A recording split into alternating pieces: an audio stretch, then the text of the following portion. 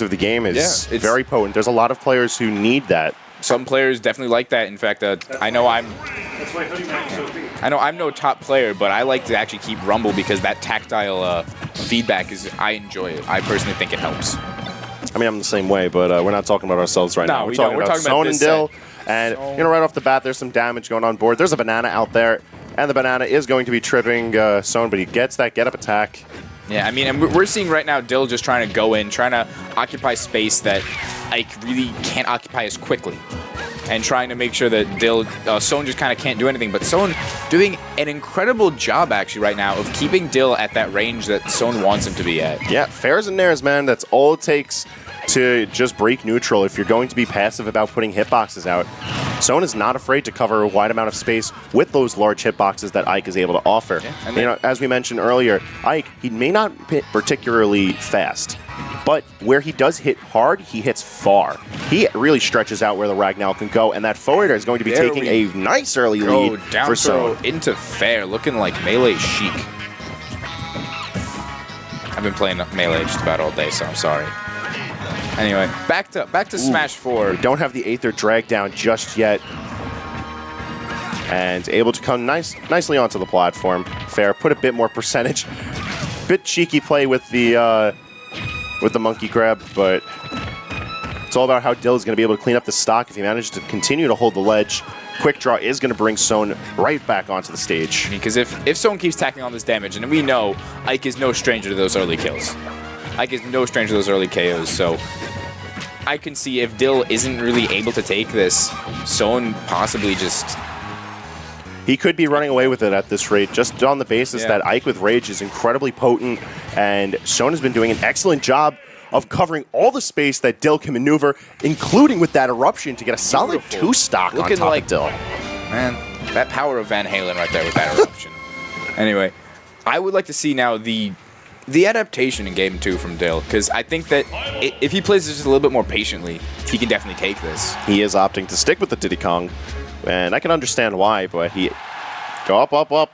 Yeah, he pressed that X. He didn't want that. Yeah, no. This is Omega Smashville. We don't like that. No. There's not even any villagers to watch. There they go. They're out of here. We are going back to Smashville, but we need an audience where we're going. There's that whole idea of right now. I think the reason he doesn't want to go Sheik is because maybe he just isn't warmed up with the character, and he just doesn't feel like he's prepared, because even though he might not... Soan is still definitely no slouch either. He's definitely one of those hidden bosses we have here.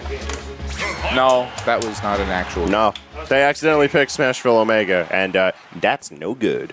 That's not illegal, Omega. Anyway, so here we go. With the run back to Smashville, we're going to see if Dill can maybe play just a little bit more patiently, because I think that's definitely how he's going to be able to take this, because if Soan keeps playing the game that he is playing, which he's doing very well, he just can't... He's just hitting hard. He's hitting hard, and he's playing neutral well. It's what Soan is known for on the island. It's very basic, but it works. It does work. I mean, he might not be, like, flashy, but you don't need to be if all you're doing is playing a very good neutral, solid neutral, and hitting hard. Ike is one of those characters that really rewards a good sense of fundamentals by boiling things down to hit hard or get hit hard. Yeah. Ike is definitely combo food, and you can see that right now that he's just getting hit because Dill is just playing the neutral differently, and you can see the adaptation from it. Yeah, he's playing significantly more actively than we had seen in the past. Most likely because he's just got to, adjust those switches here and there from how passively he was playing throughout the night.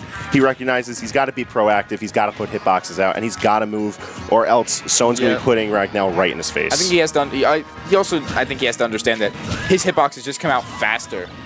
It certainly helps if Soan misinputs and just decides to quick draw himself below the stage, giving a very solid lead to Dill. That's probably Dill's best, that's just his best move right there. Just have the opponent decide to not play the game right. Yeah, I mean, I think that's every player's best move. But certainly not a strong game plan, but if it works, and so does that forward smash call out. And we're going to have to be seeing a lot more of those from Soan if he's going to try and take things out from Dill. With a very unfortunate SD. Yeah, but I mean, I can see definitely right now Dill, he's playing a lot more proactively, realizing that his hitboxes just come out faster. his hitboxes definitely just come out faster than Soan, so he doesn't really have to respect it as much because he can just put out a hitbox faster. Yeah, you know, Banana hasn't really been doing much throughout this match either. We've seen it just bouncing back and forth, not really slipping anyone up, and not really doing anything once people do slip up. I think because of, obviously, Ragnell just being such a large, powerful hitbox, you don't really see the Banana being used that much because it's just taking out the Banana. But we finally see a proper connection into it, and we're going to be moving on to Game 3. I definitely like the adaptation from Dill there. He realized that he couldn't play like he was doing, and he needed to just put himself out there a lot more. My issue with it is, while Dill did adapt very nicely through that, and I'm not going to take that away from him, Soan SD'd pretty hard, and that gets into his head. You could see the frustration from his face the moment that happened, and he's picking himself back up now. We saw he almost took up that game, but Dill played it very handily, and as we move into Game 3, assuming no SDs, this is still anyone's game, especially as we move into Lilat Cruise. I mean, that can... I know for a fact Diddy's just dislike Lilat heavily. It messes around with a lot of movement options that Diddy has to offer. Monkey Flip is much less reliable of a option in neutral. Also worth noting... And then the Banana just isn't as good of an option because of how it tilts. Yeah, not necessarily true. Banana occupies a lot more space than you would really like it to, just because this is a very claustrophobic stage. The platforms are very close in, the base platform is relatively small, and even with the angling, it can't really help you with much. True. But all of those factors are what make it such a solid stage for Ike. It's just so small. Everything he does occupies a ton of the stage at once, and we could see this with these fair chains. Look at that. I mean, he basically just evened up the percentages, and now is even in the lead, albeit a small one. But it's a lead nonetheless, especially as he sits at the ledge. That's a very scary place for Diddy to be, because Ike can have some very, very potent options to keep the ledge away. It's a matter of them being incredibly heavy hitting, and back air is going to be one of those options as we see Soan take the lead. Just 1% off of that magic number. And there it goes. Now he's just 8% away. And it's gone. Is it really such an unfortunate thing to lose? Who knows? All I know is that 93% on board. Dill's got a bit of work, but this is certainly not undoable.